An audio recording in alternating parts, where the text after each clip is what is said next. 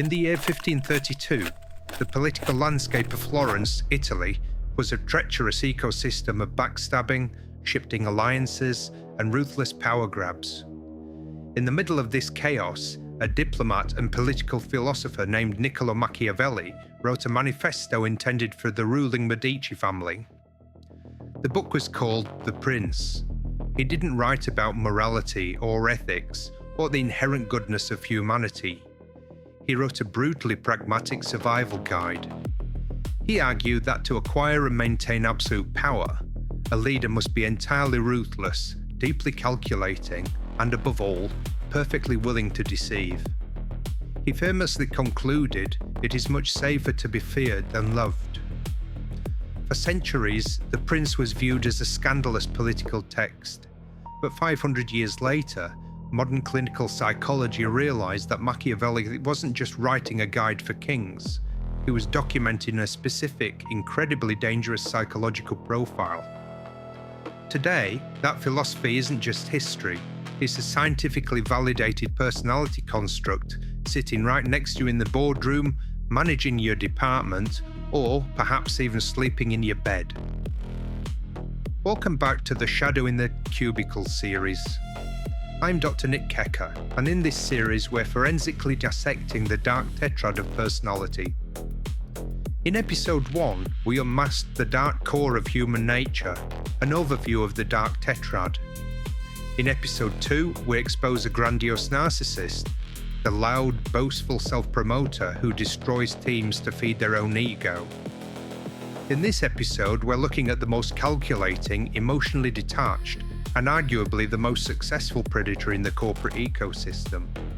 Today, we're going to dissect Machiavellianism, the puppet master.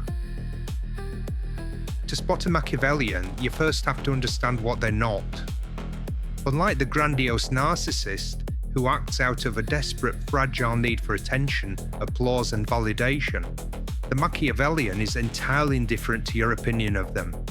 They don't need you to praise them, they don't need to be the center of attention. In fact, they prefer to stay out of the spotlight entirely because the spotlight brings scrutiny, and scrutiny ruins their plans. Unlike the psychopath, who is driven by impulsivity, thrill-seeking, and a chaotic need for immediate gratification, the Machiavellian has supreme impulse control. They don't lash out in anger, they don't make reckless bets that ruin performance and relationships overnight, they're patient and they play the long game. They only care about one thing: leverage. They view every human interaction, every romantic relationship, and every corporate project through a strictly instrumental lens. To them, people aren't peers, they're tools, they're chess pieces, and the only rule that they strictly adhere to is that the ends always justify the means. In 1970, psychologists Richard Christie and Florence Geis wanted to see if people actually behaved the way Machiavelli described. They developed the Mach 4 psychological assessment, taking statements directly from Machiavelli's book, The Prince, and asking modern participants if they agreed with them. Statements like, "The best way to handle people is to tell them what they want to hear," or "Anyone who completely trusts anyone else is asking for trouble." What they found was terrifying. A significant portion of the population agreed completely. This research identified 3 psychological foundational pillars of the Machiavellian personality. Pillar number 1, profound cynicism. The Machiavellian operates with a fundamentally dark view of human nature. They genuinely believe that the world is a competitive jungle. They assume everyone is inherently lazy, cowardly, and entirely driven by self-interest. Because they believe everyone else is secretly out to get them, they feel justified in manipulating you first. In their mind, it's not malice, it's preemptive self-defense. If you're foolish enough to trust them, your betrayal is your own fault for being naive. Pillar number 2, intense calculation. If the psychopath is a hurricane, the Machiavellian is a slow-moving glacier. They're master strategists. They constantly run cost-benefit analyses in their head before they speak or act. They'll gladly lose a minor argument today if it means securing a major win later. They don't let their ego get in the way of their objectives. If they need to apologize to someone they secretly despise in order to secure a deal, they'll do it without a second thought. Pillar number 3, emotional detachment. This is perhaps their most dangerous weapon. Machiavellians possess what we call cold empathy. Empathy comes in 2 forms: cognitive empathy, the ability to read the room and understand what someone else is thinking, and affective empathy, the ability to feel another person's emotional pain. Machiavellians have phenomenal cognitive empathy. They know exactly what makes you tick. They know your insecurities, your desires, and your fears. But they have absolutely zero affective empathy. They do not catch your emotions. They can sit across from you, watch you break down in tears, fully understand why you're crying, and feel absolutely nothing. This emotional void allows them to manipulate you with surgical precision while being entirely unburdened by guilt or remorse. So what happens when you drop a highly cynical, calculating, and emotionally detached strategist into a modern corporate environment? They thrive. Specifically, they thrive in what organizational psychologists call weak situations. A weak situation is a workplace environment characterized by chaos, rapid change, restructuring, and a critical lack of clear rules or behavioral norms. When a company is going through a merger or management is disorganized, the Machiavellian maneuvers in the shadows. Without robust governance, transparency, and accountability, they have the necessary room to maneuver, to manipulate colleagues, and consolidate power. But they don't do this by kicking the door down. They use a tactic called opportunistic cooperation. If you work with a Machiavellian, they might actually come across as the ultimate team player. They smile in meetings, volunteer to help, and collaborate flawlessly, but pay very close attention to when they're doing this. They only cooperate when they know they're being observed by upper management, or when playing nice results in a personal advantage. The moment the spotlight moves away, the moment the VP leaves the room, they revert to their true nature. They engage in severe information hoarding. Knowledge is power, and a Machiavellian will never share vital information with peers unless they can trade it for leverage. They'll intentionally keep you out of the loop so you fail, allowing them to swoop in and save the day in front of the boss. They also build strategic alliances, but these are not friendships. They only socialize with individuals who have power, influence, or access to resources. They'll completely ignore the receptionist, the intern, or the lateral colleague because those people offer zero benefit and advantage.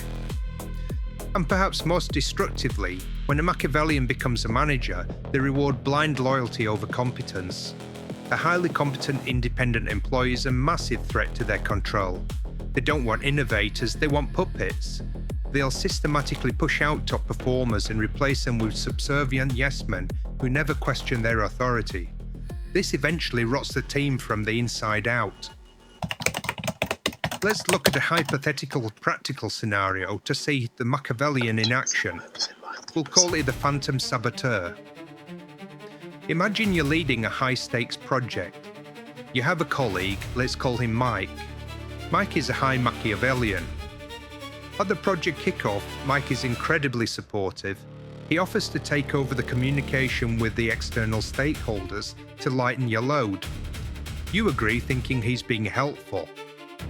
Over the next 3 months, Mike slowly tightens his grip on the information flow. When the vendors email critical updates, Mike replies but intentionally forgets to CC you. When the VP asks for a progress update in the hallway, Mike is always the one there to provide the update, subtly framing himself as the de facto project lead. 2 weeks before the launch, a major vendor completely fails to deliver a crucial component. The project is now in jeopardy. You panic, trying to fix it, but Mike remains entirely calm. Why? Because Mike knew the vendor was failing 3 weeks ago. He calculated that if the project hit a crisis, you, as the official lead, would take the blame.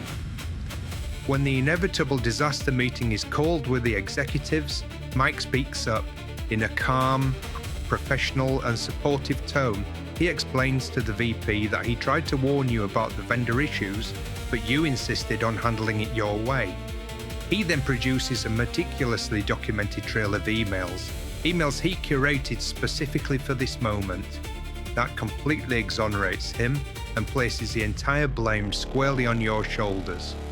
You're removed from the project, Mike is asked to step in and save it, effectively stealing your project, your credit, and your upcoming performance rating. That's the surgical, cold-blooded precision of the Machiavellian. This cold calculation doesn't stop when Machiavellians leave the office at the end of the day. In personal and romantic relationships, high Machiavellians are notoriously difficult to spot early on. A grandiose narcissist will love bomb you. They'll shower you with extreme affection, expensive gifts, and dramatic declarations of soulmate-level love within the first 2 weeks. A Machiavellian rarely does this. They find love bombing to be erratic and messy. Instead, they view romance through the exact same lens they use for their work relationships. They don't fall in love, they acquire assets. They seek out partners who provide specific utility.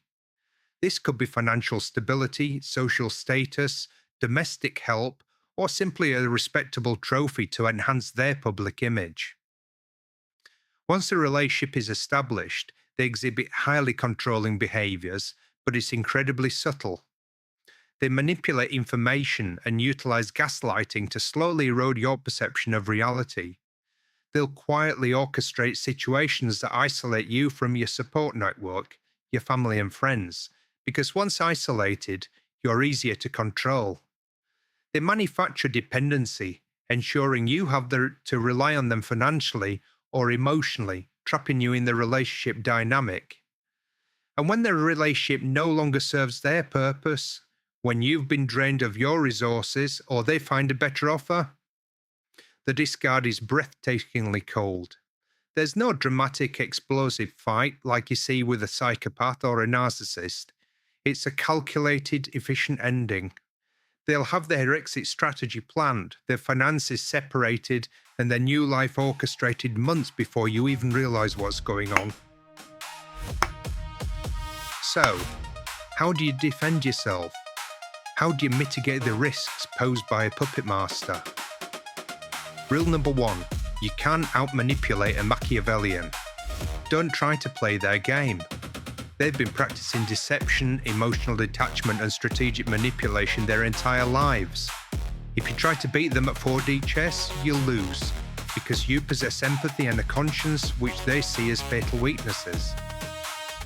To neutralize them in the workplace, you must enforce what they hate most: radical transparency. Machiavellians operate in the shadows of ambiguity, so you must flood the room with light. Don't accept verbal agreements. Document everything.